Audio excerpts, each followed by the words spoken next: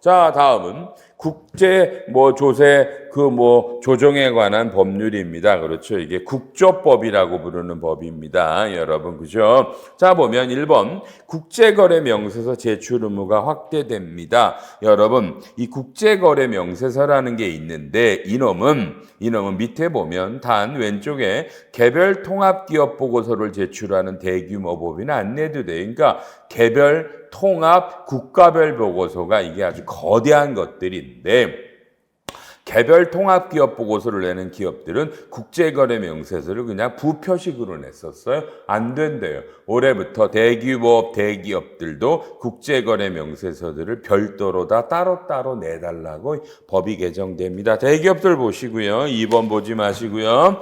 자, 3번 4번 별 볼 일 없고요. 다음에 넘어갑니다. 5번도 6번도 7번 CFC 합리화됐다. 좀 어려우니까 한번 읽어보시고 8번 글로벌 최저한세는 보지 마세요. 좀 이따 따로 설명을 합니다.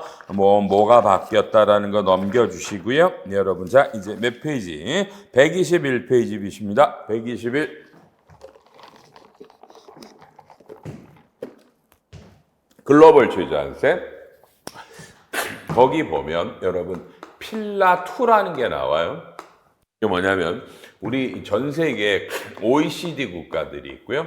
G20이라는 나라들이 있어요. 그러니까 세계적으로 가장 경제력 부강한 나라들이 모여가지고 어떤 걸 했냐면 필라1하고 필라2라는 것들이 검토되고 있어요.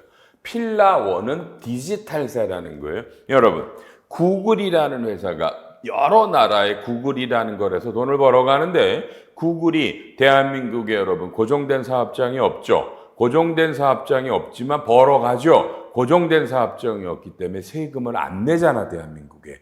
이걸 고정된 사업장이 없더라도 그런 걸 이용하는 회사에 대한 수익에 대해 일정 금액을 세금 내라가 필라1인데 이거는 미국이 무지막지하게 반대하고 있겠죠. 그러기 때문에 아직 통과를 안 됐고 필라2가 글로벌 최저한세라는 거예요.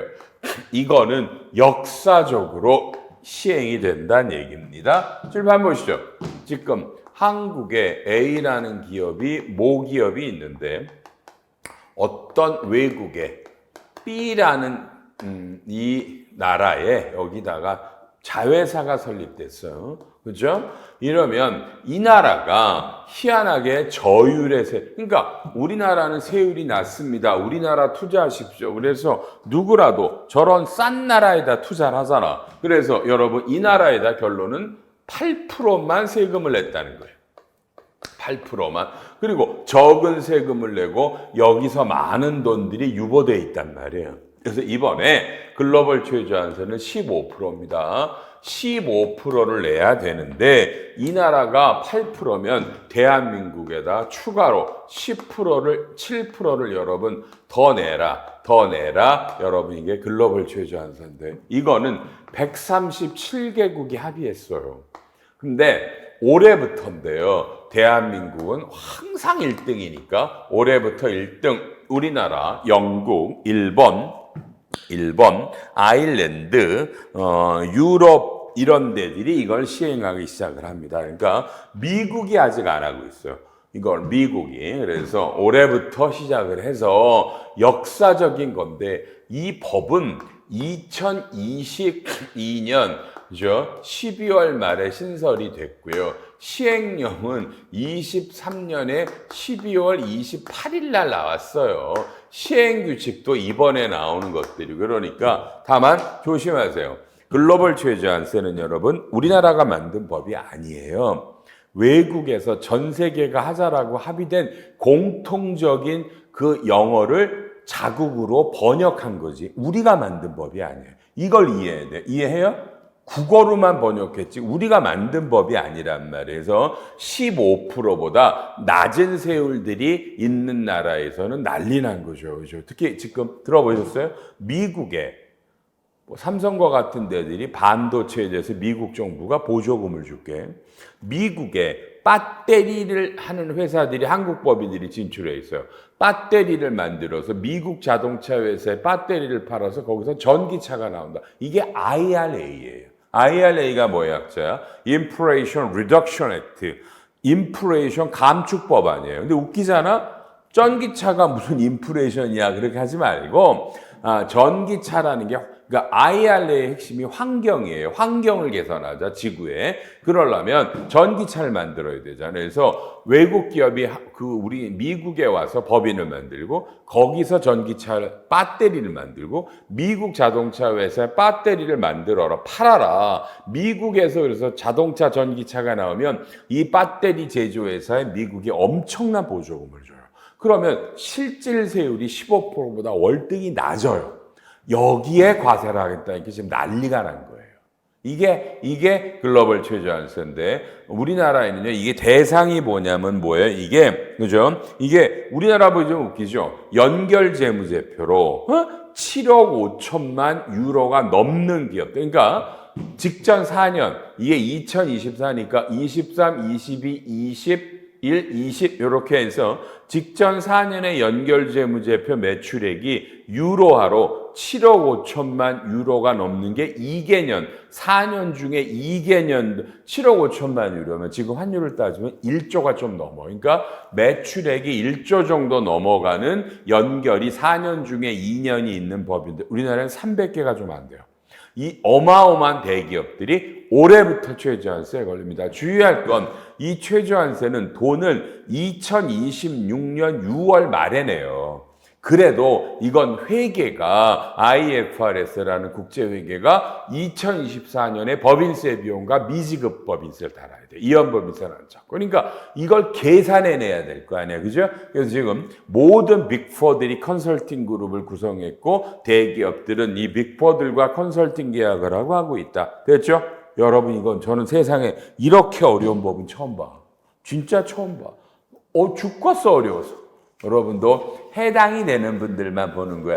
보지 마세요. 일반적 기업들은요. 여기 해당되는 300개에 들어가느냐. 123페이지에 나오잖아요. 맨 밑에 연결 매출액 기준으로 직전 4년 중 2개 이상의 최종 모기업의 연결 매출액이 7억 5천 유로 이상이다. 이렇게 되면 그렇죠. 요게 그죠? 모기업들이 우리나라는 300개가 좀 안 됩니다. 이런 데들이 하는 겁니다. 계산사식 보지만 그냥 15%보다 그러니까 그 나라의 15%를 구해서 15%보다 적으면 그 차익을 우리나라에다 내야 된다. 이런 것들이에요. 너무너무 어렵고요. 그다음에 129페이지에 가서 뭐 밑에 신고, 글로벌 최저한세 뭐 이런 정보 신고서들도 내셔야 되겠고요. 130페이지에 원래 이거는 15개월인데 처음 연도는 18개월이라 2024년 건 2026년 6월 말까지 납니다. 이런 얘기가 있고요. 그다음에 130일에 제가 간단한 사례를 붙여놨습니다. 그렇죠? 붙여놔서 좀 어려우세요? 그래도 관심 갖고 한번 읽어보세요. 그렇죠?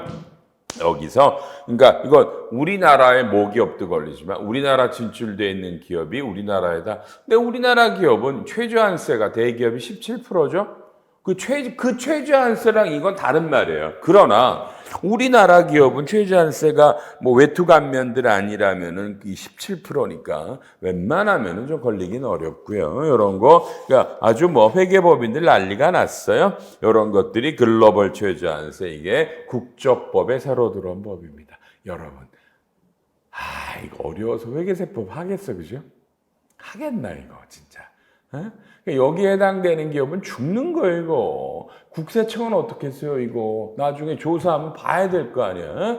서로 간에 곤란합니다. 회계법인은 다 컨설팅 그룹을 구성해서 열심히 광고하고 하는 것 같습니다. 제가 보니까. 자, 부가세법으로 갑니다. 부가가치세법에서 1번, 반려동물 진료비의 일부를 면세로 돌렸습니다. 작년 10월 저부터는 굉장히 좋네요. 저는 고양이 하나 강아지 하나를 키우는데 얘네들이 아프면 동물병원 가면 비싸잖아요. 이게 과세였는데 상당수가 면세로 돌아가서 진료비 부담이 좀 줄어듭니다. 넘어가 주시고요. 재화 공급의 대상이 명확해졌다. 용어 변경이 뭐 일여월, 일영년. 저는 이 말들 안 좋았잖아요. 그래서 일여월을 이 달의 1일부터 말일까지, 일영년은 해 1월 1일부터 12월 말까지 이렇게 용어들도 좀 바뀌었고요. 그다음에가 미성년자가 사업자금을 하면 법정 대리인 동의서를 추가해야 되겠고요. 이런 것들이 있습니다. 그다음에 뭐 특별한 거 부가세는 별로 없는데 넘기시고요. 그다음에 뭐 9번에 면세되는 의료보건 영역에 좀 일부가 확대됐다. 10번 어린이집 위탁 영역들이다. 영유 어린이집이 위탁 영역이 면세다. 11번에 시외 고급 고속버스도 면세다. 면세가 좀 많이 들어왔네요. 그죠? 그 다음에 인적 영역 우리가 3.3% 원천 징수들이 면세인데 138에 개인이 물적 시설 없이 고용 근로자를 고용하지 않을 건데 그 고용이라는 단어 옆에 고용 외의 형태로 해당 영역의 주된 업무에 대해서 타인으로 노무를 제공받는 거 그죠? 그러니까 이 고용이라는 말을 악용해서 고용은 안 하고 별도의 사업계 뭐 이런 계획 써서 한 것들도 실제로는 고용에 해당이 된다. 그래서 이걸 좀 까다롭게 한 거예요. 이게 어려운 거예요, 이거. 물적 시설이 없다라는 건 좋은데 근로자를 고용하지 않으면 돼요. 작가가 집필하는데 새끼 작가들. 근로가 아니라 다른 계약을 했다. 이제부터 이게 그죠? 와, 면세되기 어렵다. 뭐 이런 문제가 생겨요. 그쪽 분들은 이게 굉장히 민감할 것 같은데 개인적으로는요. 고용의 정의에 고용 근로계약이 아니어도 안 된다 이렇게 들어온 게 저는 의미가 있다라고 보고요. 그다음에 뭐 14, 15 이런 거 저는 중요하지 않고요. 16. 여러분, 임대보증금, 정기예금 이자율이 2.9가 3.5니까 부가가치세법의 간주임대료가 올해부터 3.5%입니다. 그리고요, 밑에 10 전기공급과 관련한 거에 대해서 세금계산서를 뭐 위탁이나 이렇게 해서 발급할 수 있다 나왔습니다. 읽어보시고요.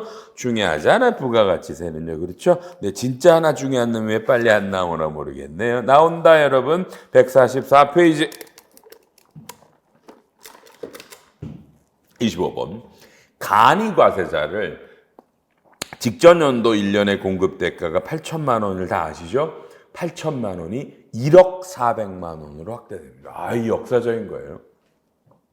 간이과세자가 4,800에서 8,000으로 바뀐 지도 몇 년 안 됐는데 다시 간이과세자를 1억 4백으로 가서 1년의 매출액이 적은 분들에 대한 이런 혜택을 주고자 한 겁니다. 간이과세자가 왜 1억 4백이냐고 묻는 분은요. 법에 8천만 원을 기준으로 왔다 갔다 30%를 시행령에서 가감할 수 있다고 돼 있어요. 그래서 8천만 원의 30%가 2,400이잖아. 그래서 1억 4백에 간이과세자. 그러니까 올해부터니까 이건요. 그죠? 그러니까 갑시다. 그러니까 요거는 2020 작년 걸로 1억 4백만 원을 판단으로 올해 7월부터 내년 6월 간이과세 여부는 항상 7월부터 하죠. 그래서 결산이 끝나야 되니까. 그래서 올해 7월부터 내년 6월까지 간이과세자는 2023년 매출액을 1억 4백이 넘냐 안 넘냐입니다. 너무너무 중요한 게 나왔습니다. 오른쪽에 부가세 면제되는 희귀병, 그러니까 면세에 희귀병 치료제를 면세로 넣어야만 약값이 줄잖아요. 잘 된 것 같고요. 조특법에서는 저는 뭐 별로 2번에 자동차, 택시 같은 게 원래는요. 그렇죠. 요거를 갖다가 면세를 해줬는데 자동차를 살 때 이제 면세가 아니라 환급을 해주겠다. 무슨 차이인지는 잘 모르겠는데 환급으로 바뀌었고요. 그다음에 넘어가셔서 그다음에 5번에 농어촌 버스 운송사업자 전기 이런 것도 면세 대상이 넣었다라더라. 그다음에 7번 학교 급식 용역이 면세인데 면세 기간을 연장했다더라. 일반적인 것 같고요. 10번 일반 택시도 부가세 연장을 했습니다. 이런 것들. 13번 외국인 관광객이 숙박 용역이 그죠? 호텔 요금에 부가세 있잖아요. 환급해 주겠다. 환급해 주는데 그 대상이 확대됐다. 오른쪽에 관광진흥법이 호텔업으로 좀 넓어졌다 그러네요. 외국인들을 더 많이 유치하겠다. 뜻 같고요. 나머지 없습니다.